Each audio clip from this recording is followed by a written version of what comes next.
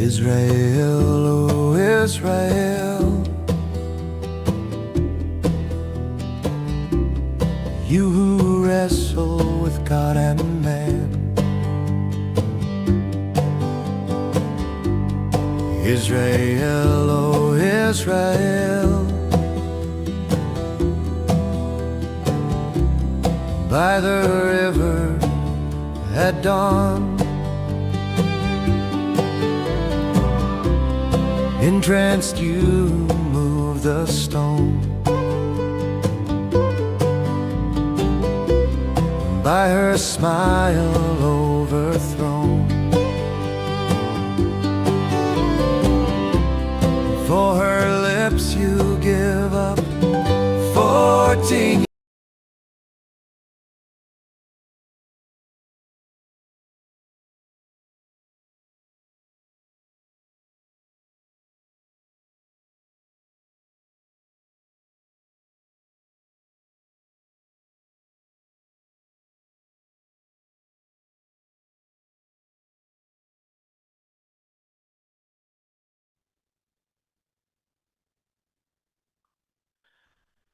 Welcome, everyone. Glad to see you here today, given the time change.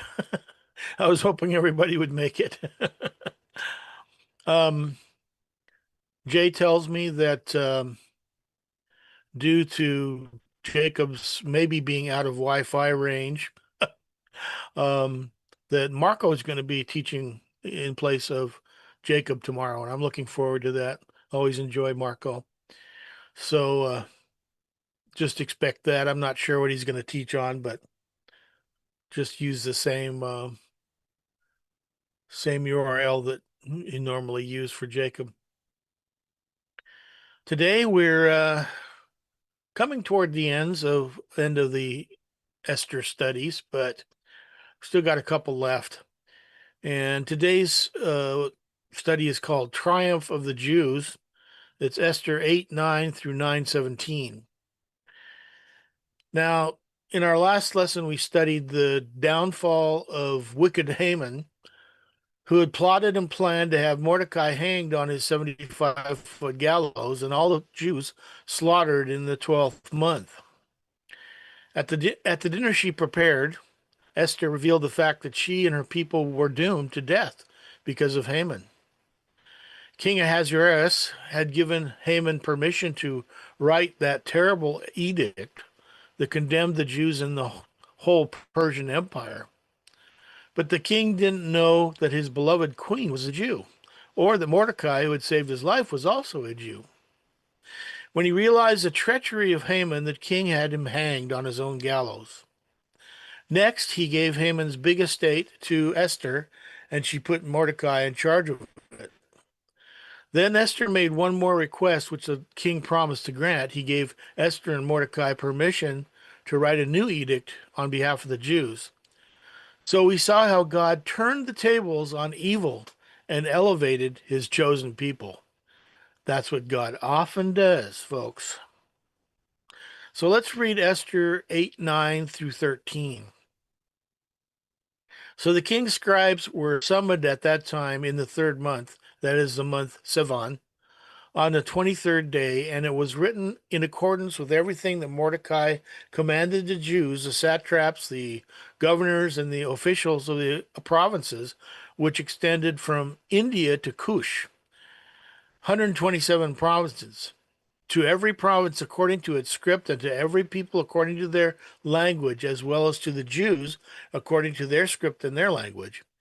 He wrote in the name of King Ahasuerus and sealed it with the king's signet ring, and sent letters by couriers on horses, riding on royal relay horses, offspring of racing mares. In the letters, the king granted the Jews who were in each of and every city the right to assemble, to defend their lives, to destroy, kill, and eliminate the entire army of any people or province which was going to attack them, including children and women, and to plunder their spoils. On one day in all the provinces of King Ahasuerus, on the 13th day of the 12th month, that is the month Adar. A copy of the edict was to be issued as law, in each and every province was published to all the people so that the Jews would be ready for this day to avenge themselves on their enemies. Well, after King Ahasuerus had given permission to Esther and Mordecai to write a new edict, Mordecai wasted no time in sending for the royal secretaries. They wrote out the orders to the Jews and the government leaders in all 127 provinces of the great Persian Empire, which stretched from India to Ethiopia. We see that Mordecai was now in a favored role close to the king. He actually replaced Haman, who had been the king's favorite. Once again, the edict was written in the script and language of each people group in the empire, including the language and script of the Jews. Mordecai wrote the dispatches in the name of King Xerxes and sealed them with the king's signet ring, which the king had taken from Haman and given to Mordecai. Then he sent the dispatches by mounted couriers on swift horses, especially bred for the king. It probably took weeks and maybe months in some cases to reach some of the farthest points of the empire. This was very urgent information and it had to go out quickly. So, what was written in the king's edict? The edict sent out by Haman could not be changed according to the laws of the Medes and Persians. So, this new edict didn't cancel out the last one, but superseded it. It granted the Jews the right to assemble and protect themselves. If Haman's edict had been carried out, the Jews would not have had the right to protect themselves and would have been slaughtered like sheep or pigs. Their enemies had been given the king's permission to destroy, kill, and annihilate the Jews, as well as plunder them. Now the Jews were given permission to do the same to any enemies who chose to attack them. They could protect themselves by killing those who attacked them and their families. And they were given the right to plunder the property of their enemies. This was issued as law in every province so that the Jews would be ready on that day to avenge themselves. The day appointed for this was the 13th day of the 12th month. This was the day that Haman had found by casting lots, the pur. He was looking forward to seeing all of the Jews annihilated on that day. But Haman didn't live to see the tables turn. Let's read on Esther 8:14 through 17. The couriers hurrying and speeded up by the king's command left riding on the royal relay horses, and the decree was issued at the citadel in Susa. Then Mordecai went out from the presence of the king in a royal robe of violet and white, with a large crown of gold and a garment of fine linen and purple. And the city of Susa shouted and rejoiced. For the Jews there was light, joy, jubilation, and honor. In each and every province and in each and every city, wherever the king's commandment and his decree arrived, there was joy and jubilation for the Jews, a feast and a holiday. And many among the peoples of the land became Jews because the dread of the Jews had fallen on them. The couriers who were spurred on by the king's command raced out to the provinces. Those in Susa, the capital, of course, knew first. Mordecai left the king's presence looking very different than he had before. No more sackcloth. Psalm 112, verse 4 says, "Light shines in the darkness for the upright. He is gracious, compassionate, and righteous." Mordecai didn't have to wear the clothes of mourning now, and the new edict, now that the new edict had been issued. Mordecai was wearing royal garments of blue and white, a large crown of gold, and purple robe of fine linen. It seems that he'd been promoted to be second to the king. And this will remind us of people like Joseph and Daniel. The Jews in Susa went wild with joy. Psalm 97:10 through 12 says this: "Hate evil, you who love the Lord, who watches over the souls of his godly ones. He saves them from the hand of the wicked. Light is sown like seed for the righteous, and gladness for the upright in heart. Be joyful in the Lord, you righteous ones, and praise the mention of his holy name. So the tide had turned. The victims had the chance to be victors. Besides, everyone who knew that their beloved queen was now they knew that their beloved queen was a Jewish, and their spokesman Mordecai was now prime minister. What had been a time of mourning and anticipation and dread now had become a time of happiness, joy, gladness, and honor. When the edict reached other cities, the same thing happened there. Sorrow and sadness turned into gladness and joy. There was much feasting and celebrating in sharp contrast to the weeping and grieving that had been done after the first edict.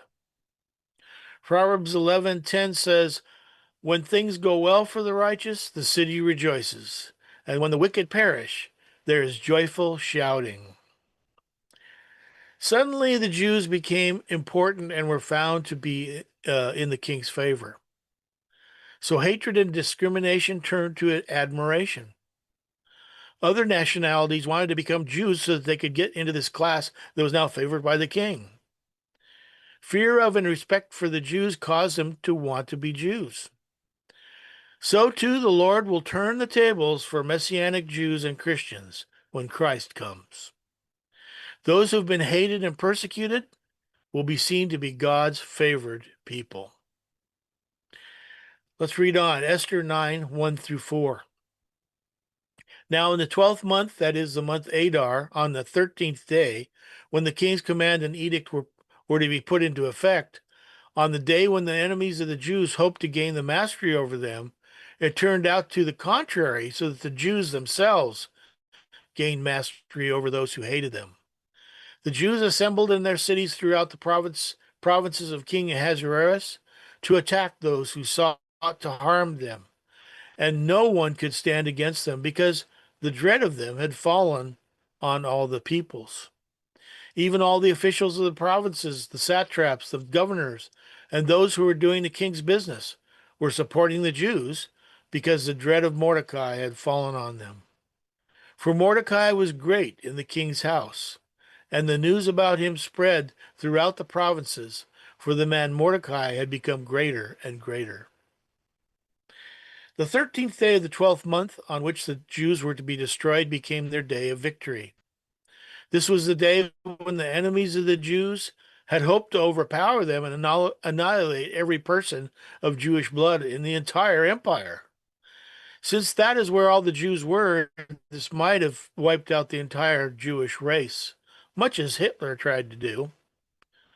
However, because of God's care for his chosen ones and the faithfulness of his servants, Esther and Mordecai, the tables were turned. The Jews got the upper hand over those who hated them. The Jews assembled in their cities following the king's edict, and they fought their enemies. But there were two added elements. First, the people of the other nationalities were afraid of the Jews, evidently from hearing the amazing story of Haman's fall and the rise of Esther and Mordecai. It was a situation similar to when the Jews first entered Canaan. All the people were afraid because they heard what the God of the Jews had done, how he'd rescued them from Egypt and dried up the Red Sea for them to cross. Their fear made them weak. Psalm 71:24 says, "My tongue also will tell of your righteousness all day long, for they are put to shame, for they are humiliated who seek my harm." Secondly, all the leaders, the nobles, satraps, governors, kings, administrators, helped the Jews out. Why? It was their fear of Mordecai. They could see that Mordecai had come into the second place in the kingdom with a huge amount of power given to him by King Ahasuerus. God had taken this unknown Jew who was destined for the gallows and placed him on the throne next to the king, as he had with Daniel and Joseph. Now Mordecai was prominent in the palace. His reputation had spread throughout the provinces, and he'd become more and more powerful. God had exalted his obedient servant who had been faithful to him in spite of the threats of Haman.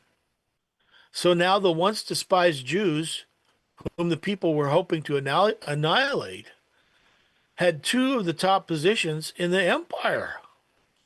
Queen Esther and Prime Minister Mordecai had unlimited power over the king through their influence.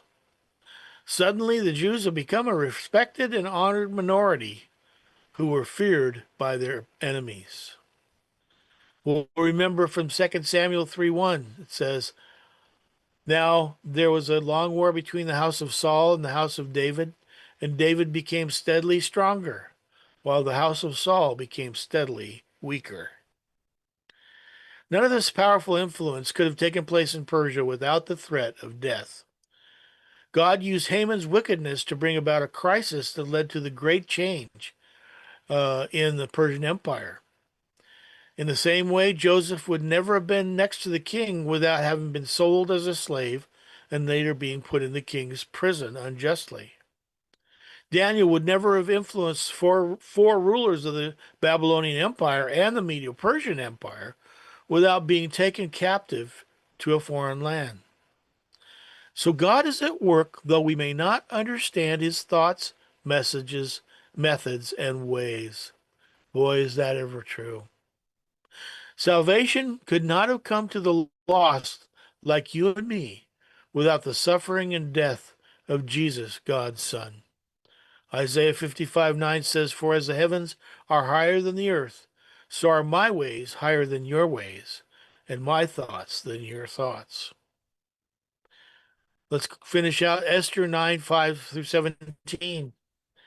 So the Jews struck all their enemies with a sword, killing and destroying, and they did as they pleased to those who hated them. At the citadel in Susa, the Jews killed and eliminated 500 men, and they killed Parshandatha, Dalphon, Aspatha, Poratha, Adalia, Aridatha, Parmashta, Erisai, Eridai, and Vaizatha, the 10 sons of Haman, the son of Hammedatha, the Jews' enemy. But they did not lay their hands on the plunder. On that day, the number of those who were killed at the citadel in Susa was reported to the king. And the king said to Queen Esther, the Jews have killed and eliminated 500 men, and the 10 sons of Haman at the citadel in Susa. What have they done? What have they done in the rest of the king's provinces? Now, what's your request? It shall also be granted you. And what's your father's wish? It shall also be done. Then Esther said, if it pleases the king, let tomorrow also be granted to the Jews who are in Susa to do according to the edict of today, and that Haman's 10 sons be hanged on the wooden gallows. So the king commanded that it was to be done so, and an edict was issued in Susa, and Haman's 10 sons were hanged. The Jews who were in Susa assembled also on the 14th day of the month Adar and killed 300 men in Susa, but they did not lay their hands on the plunder. Now the rest of the Jews who were in king's provinces assembled to defend their lives and rid themselves of their enemies, and to kill 75,000 of those who hated them, but they did not lay their hands on the plunder. This was done on the 13th day of the month Adar, and on the 14th day they rested and made it a day of feasting and rejoicing. It seems that there must have been a lot of hard feelings, discrimination, and hatred against the Jews through the Persian Empire. Maybe people had been persecuting them and just waiting for the chance to destroy them. They evidently had many enemies because when the day came for the king's decree to be carried out, they killed 500 men in Susa with the sword. They also killed the 10 sons of Haman. No doubt Haman's poisonous hatred had infected his sons, so they were among the foremost enemies of the Jews in Susa. Besides that, they no doubt carried a grudge because of their father's death was brought about by a Jewish queen. 3 times it says in these verses they did not lay their hands on the plunder. but they'd been given the right by the king to assemble, to annihilate any armed force that attacked them and to plunder their enemies. Why didn't they take the plunder? Well, you know what? This was a wise decision. If they took the plunder, it would appear that they were like murderers who killed to get someone's property. People could see that they were only seeking justice, not trying to get rich at their enemy's expense. Lust and greed were not part of the picture. When the king received the report of the deaths in Susa, he went back to Queen Esther. He told her that 500 men had been killed in Susa, plus Haman's sons.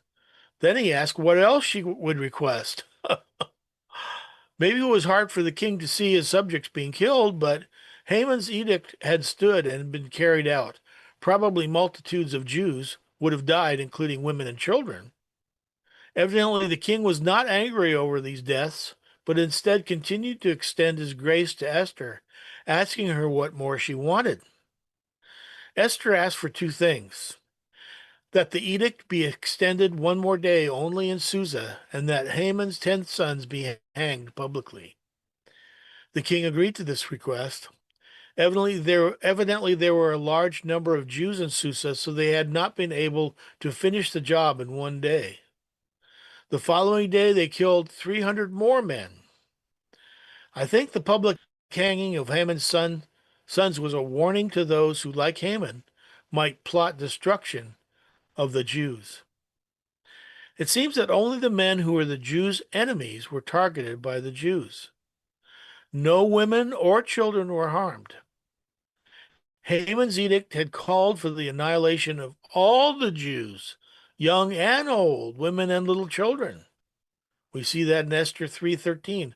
Letters were sent by couriers to all the king's provinces to annihilate, kill, and destroy all the Jews, both young and old, women and children, in one day, the 13th day of the 12th month, which is the month of Adar, and to seize their possessions as plunder. He wanted to see everyone with Jewish blood be destroyed, even the innocent. The Jews fought only with their enemies who tried to kill them. And once again, they didn't touch the plunder. This meant that the families of the men who were killed still retained their homes, lands, and possessions. It was a merciful and wise thing to do. Meanwhile, the Jews throughout the provinces assembled to protect themselves and get relief from their enemies. 75,000 men were killed. This shows that the number of Jews in the Persian Empire must have been maybe a million or more. All this took place in the provinces of the 13th day of the 12th month. On the 14th day, they rested and made it a day of feasting and joy. Once again, God had rescued them. Now, I think it's very important to see below the surface of this killing of many people. King Ahasuerus' decree did not stop the Jews from killing whole families, and it specifically said that they could plunder their victims. But the Jews had a higher standard that God had given them. They were given freedom to harm and take what they wanted, but they refused to use that freedom in the wrong way. So we as Christians have been given freedom in Christ, but we, like them, must be wise and use self-control. 2 Corinthians 3:17 says, "Now the Lord is the Spirit, and where the Spirit of the Lord is, there is freedom." Galatians 5:13 says, "For you were called to freedom, brothers and sisters, only do not turn your freedom into an opportunity for the flesh, but serve one another through love." Galatians 5:22 through 23. But the fruit of the Spirit is love, joy, peace, patience, kindness, goodness, faithfulness, gentleness, self-control. Against such things there is no law.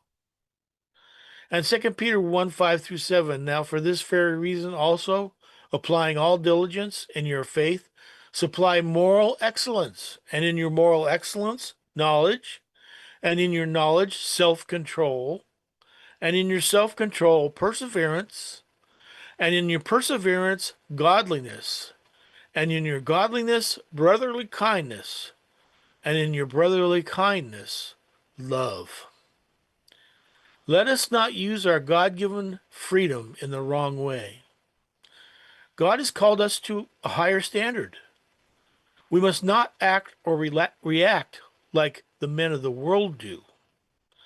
We carry Christ's name, so let's be sure to bring honor to that glorious name.